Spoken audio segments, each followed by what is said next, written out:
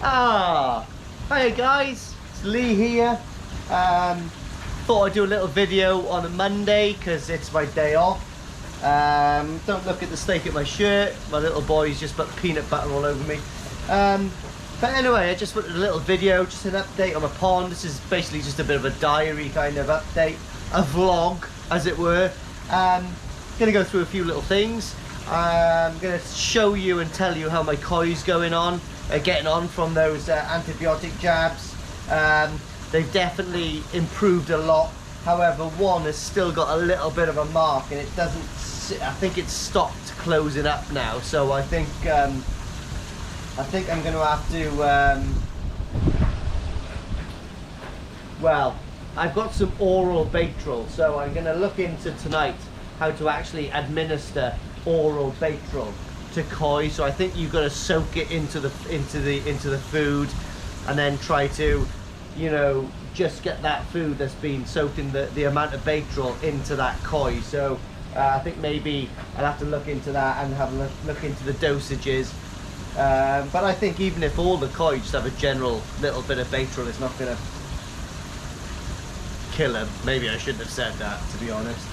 And I'm going to do a water check. I've had quite a high pH level lately, like 8.5, something like that, or almost bordering the 9. So it's a bit strange. I think I might have put a bit too much bicarb in a couple of weeks ago, and it's taken a little while to come down.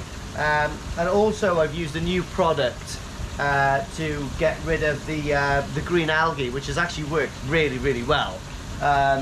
Normally I have to, this window here, I've got to clean nearly every day because I come back and it's pretty much green with algae and the water's got a green tinge. But yeah, I put it in about 4 days ago, 3 days ago maybe, and yeah, really good. So I'll show you that product as well, and I'll show you the results of maybe the first 3 days. So another little thing I'm going to show you guys, because I've seen a lot of these. So obviously I've been into the koi hobby now kind of seriously for the last maybe 12 months. You know, 12 months ago I bought I built a small 500-gallon pond, you know, pond liner, pump fed, blah blah blah. Then I bought a Nexus to do the pond filtration, and then I watched lots of videos, mostly Quality Nishtagoi, Tim, and I started following another few people like James and Koi Whisperer, Decoy, Koi Diaries, etc, etc. And I thought to myself, yeah, I'll get a little bit more busy, a little bit more serious, and I built myself a koi pond, which you can see behind me. But before that, about 2 years ago, 3 years ago maybe, I've always been into koi. My father had them, my grandfather had them before him. So I can remember being like a small kid, maybe, you know, we're talking 6, 7, 8, 9 years old. And my grandfather used to live in a place called Solva in West Wales, which is quite close to St David's.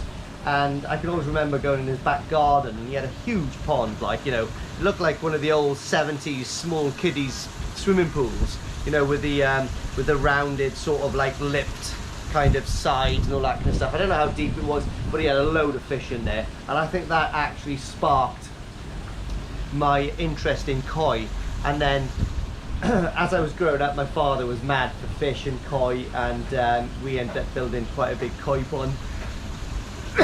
And looking back, that koi pond was probably about 3,500 gallons, but the filtration obviously was not up to scratch. My father didn't have a lot of money. He made a vortex system with the brushes and the media, you know, pump fed, and you know, it was a shambles, but it, you know, it was a cracking pond, and we had a lot of enjoyment from that, and I think that's what sparked on for me, hence this one. So like I said, I've always been into koi, and about 3-4 years ago, I was talking to my father-in-law. Now my father-in-law lives in and around London area, and his grandfather opened an antique shop after World War II called Harvey's Antiques, and it was on Bond Street. It was actually the Alexander McQueen building. So my missus' grandfather sold the Alexander McQueen the building basically. Before that, it was Harvey's Antiques. It was opened by royals and all that kind of stuff. It was really big news. Now there's still a Harvey's Antiques running, but it's in the last one running is in Oxfordshire somewhere. Whitney. It's in Whitney. But anyway, my father-in-law deals specifically in Japanese antiques. Now I can remember the first time I ever met him. Well, pretty much one of the first times I met him, we were talking about Japanese antiques, and he goes, "Oh, actually, this is a brochure that is an online auction, and I've got something in there." And he showed me what he had in there, and I had a look through all of the other antiques that was in there, and I came across a picture of a koi. Now, you know, like on Facebook, and there's loads of places now that sell these basically ornamental koi where you just sit on your top, and they're kahakus, sankis, showers and all that kind of stuff, and they're like 50-60 quid. I literally have got an antique one of those, which I'm going to show you now. I seen it, and I said, Paul, I said, how much do you think that's going to go for? And he goes, well, obviously it's an antique. He goes, I guesstimate that's going to go for between 500 and 1500 quid. And I went, I've got to have it, because I just loved it. I've never had an antique, and I thought that would be something amazing for me to get, because I loved koi at the time as well. Even though I didn't have a pond, I said I need that antique. Yeah, so basically I said by hook or by crook, win that auction, because I want the antique. I think in the end I spent about 800 quid on it, which is absolutely crazy, but here it is. So guys, this is the antique. I hate holding it. I don't like taking it off the shelf, right? This is the antique I bought. Now, if you look at the bottom of it, if you can see, it's got some Japanese kanji there. So if anyone can see that and can speak Japanese or translate that for me, I would really love it translated. But basically, this is the maker, and this was actually made, this is from 1902. So I know for a fact that this was made and produced in 1902 in Japan. Like I said, I won it on an online auction, and I'm extremely proud of it. It's absolutely fantastic. Obviously, I know you can buy very similar ones that are not antiques, they're just mass-produced things, but this is an original, do you know what I mean? It's over 120 years old. It blows me away. So this is almost one of the oldest kois in the world, I would have said. But and the color of it, I love the color. I love the dark red going into the light body. So if anyone can comment and tell me what variety of koi this most represents, whack it in the comments, because I don't really know what it is. What like a dark red with a light underbelly?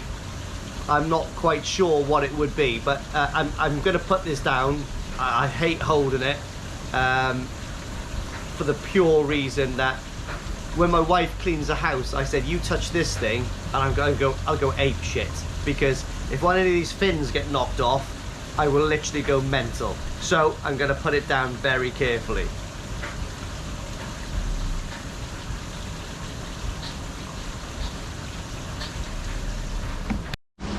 Right guys, so there's the koi put down, as you can see it there. Ow, man, I'd love to leave it there, but it's just too risky. Imagine that. That thing must be way, oh, I don't know how much it's worth now. Anyway, but let me show you the koi right now. So here's the lip on one. This one is closed up quite a lot. This koi here, this is my Sakai Fish Farm kahaku. But you can see his mouth, it doesn't look red raw, but it's still closing. There's still a wound there. There's still a wound there, but it's not closing up. So I don't know whether he needs another course of antibiotics or whether that is now. So I'm kind of hoping now it's bad bacteria free, and it's gonna close up. So I'm keeping the pond currently at like 24 degrees. When the sun comes out and it's proper el scorchio, that means hot in Spanish, it goes up to about 26, 27 degrees, and then it drops back down ambiently in the evening. But you know, I suppose that's a cycle of life, do you know what I mean? They are fish after all. I get hot and cold sometimes. So yeah, so that's where it is. But there's his mouth again, look.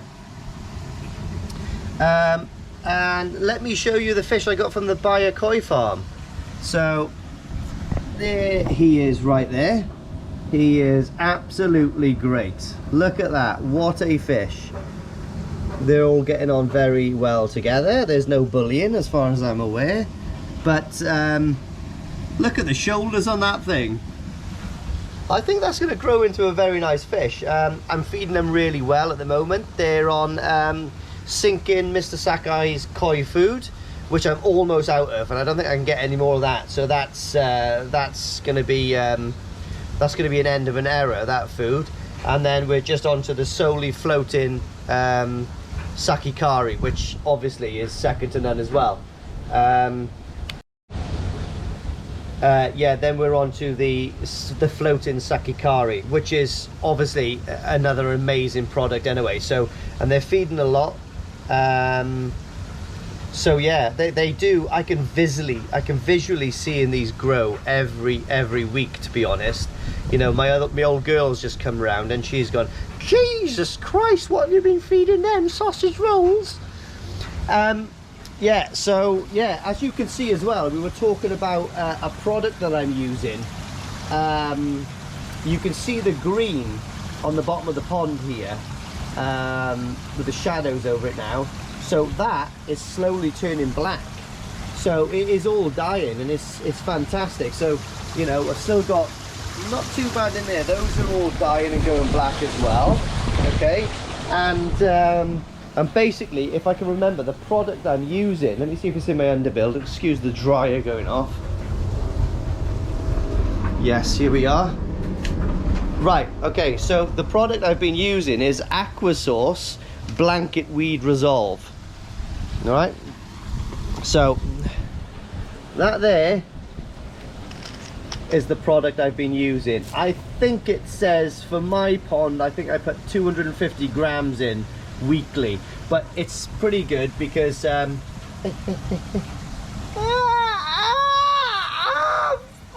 would you do that? Wait, that little thing has got some right power on it. I'm glad it hasn't got teeth, but anyway, yeah, that's the product I'm using. It's working fantastic, and I think it's the only one that doesn't actually cloud your pond up. Obviously you've got a pond with ornamental fish in there, you want to see them. I also used a little bit of the Koi Masters in there last week, which has really, you know, polished up the water a little bit. Fish are happy. So yeah. So yeah, I also used a little bit of the Koi Masters in there. I don't put a lot in. I just eyeball the amount, probably like 50 grams, something like that. I just put like a little scoop in there, clouds it up for, like, you know, in the evening. So I'll do it once a week from now on. I'll put it on in the evening, and go on, boys. Go on, boys. Why would you do it? Why? Oh, and the little one's coming up. No, they love me. They love me. Come on. Suck my fingers. Come on, sexy. Come on, sexy. Oh, look. He loves it. Come on. Come on. I'll tell you now. Do you know what I've got in here, actually, guys? Oh, it's over there. But if you can see by there, I've actually got a rubber duck. They play with the rubber duck, believe it or not. And I've got a dummy.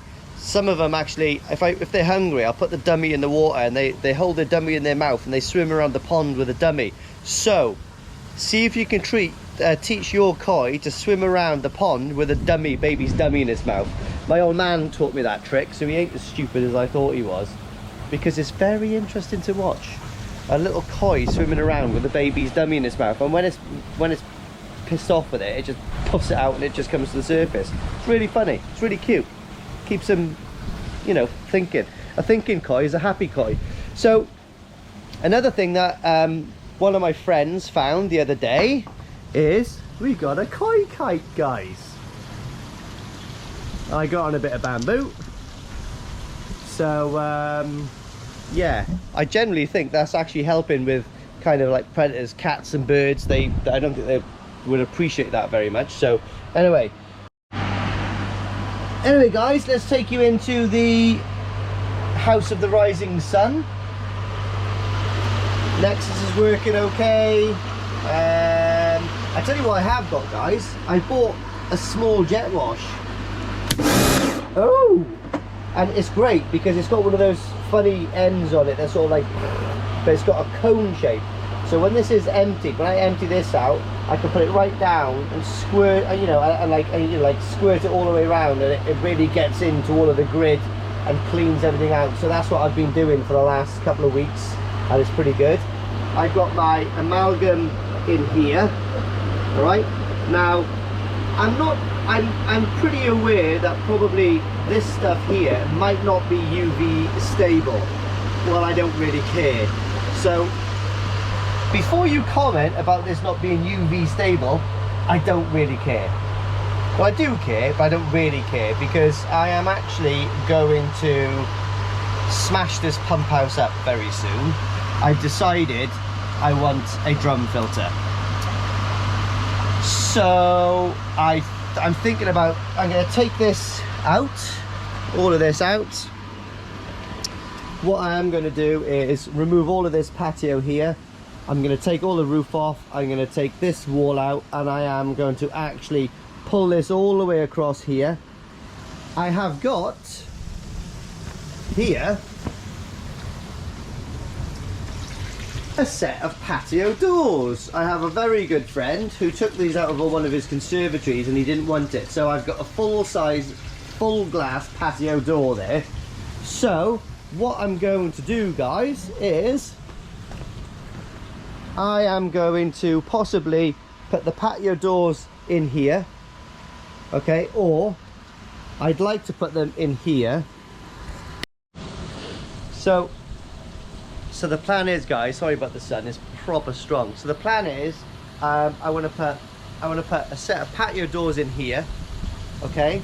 I'm going to build this wall up here so I can open my patio doors, walk in, remove this wall here, and I'll have my drum filter and all the stuff I want here. I'm thinking about extending the size of the pond as well, but if I do that, it's going to be going towards the patio, and if I do it, it ain't going to be massively extended. But I tell you what I am thinking about doing. So if I do, I am going to, when I do this, what I'm thinking about doing is buying another glass window for the pond and possibly installing a glass window this side. So from inside the filter house, it's got a glass window. So when the fish, when I'm looking at the fish or whatever, I don't know, I've got some ideas that I want to play around with, but it might not work, but it might work. But anyway, the plan is I do want to extend my koi pond. So this section where I'm standing now, all the way across here, I'd like to make into koi pond. So I'll probably put a glass window in here. I'll probably use this glass window in here and put a larger one down here. But who knows? That's going to be a job possibly for next year. I think I'm quite happy with the pond size at the moment, but I don't like the filter house. So I'm going to upgrade the filter house, which then will go on to extending the pond. Because I'll be honest with you, I've been thinking about it a lot. I've had sleepless nights thinking about my backy shower. I really want to get that inside. Do you know what I mean? So and if I get it inside, I'm probably going to turn it into a 3 tier. Yeah. So like I said, I've been thinking about my backy shower, and I really want that inside the pump house. And on that note, what I'll probably have to do is the bottom tier. I don't know, where's my hand? Yeah, the bottom tier here. I'll buy a new bottom tier, the one with like the you know, the pipe, so the pipe will return into the pond. I've got the return fitted already, so I'm lucky. I've got a 1.5 inch return there, a 2 inch return there actually, that'll be perfect for that, and it's already in the pond, so I'm really lucky that I've left that there. That was for the bypass for the blade that I had. But I think I'll turn it into a 3 tier backy shower in there. So I'll have one spare main compartment, and I'll have that one. So then I'll run a 2 tier on my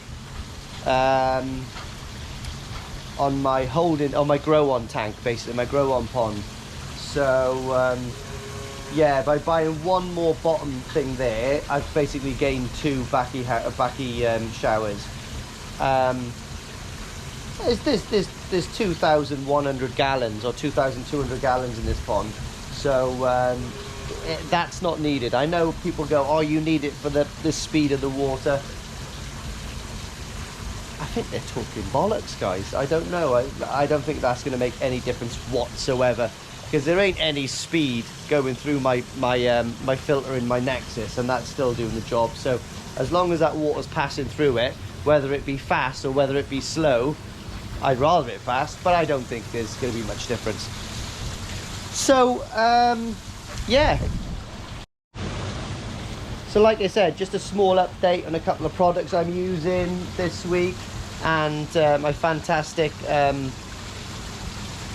antique. Another thing that I got the other day actually is this Pond Masters test kit. I really like it. It's fantastic. It's all plastic. It's got, you know, great everything's stored in there really good. That's the best one that I bought. I've been through, is it the Colombo one, the NT Labs one? You know, the Colombo one has got a plastic case, but it looks gash. That one looks really nice. I like that one a lot. And yeah, let me spin you around to have a look at these fish, man, because they are happy.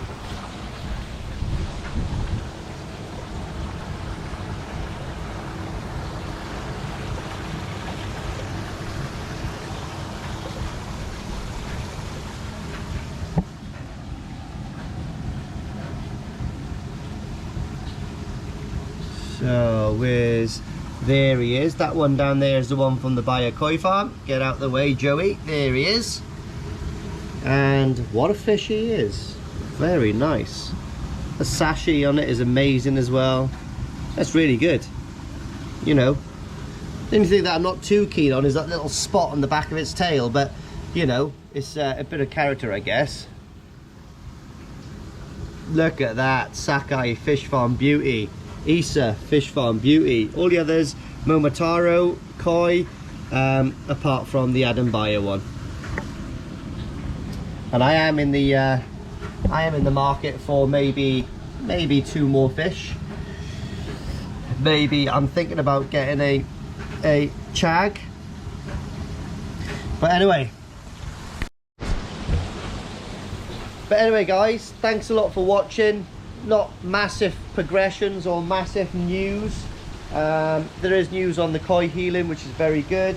That Aqua Source blanket weed resolve, I recommend it. Only one I've ever used, but I highly recommend that one because it's doing exactly what it says on the tin. Koi Masters, fantastic again. Little and often rather than big full-on doses that it says on the actual pot, and that will do what it says on the tin as well. Lots of people swear by that. It's a fantastic product. Pond Masters test kit, fantastic, and that's from API. Fantastic bit of kit. What else can I say?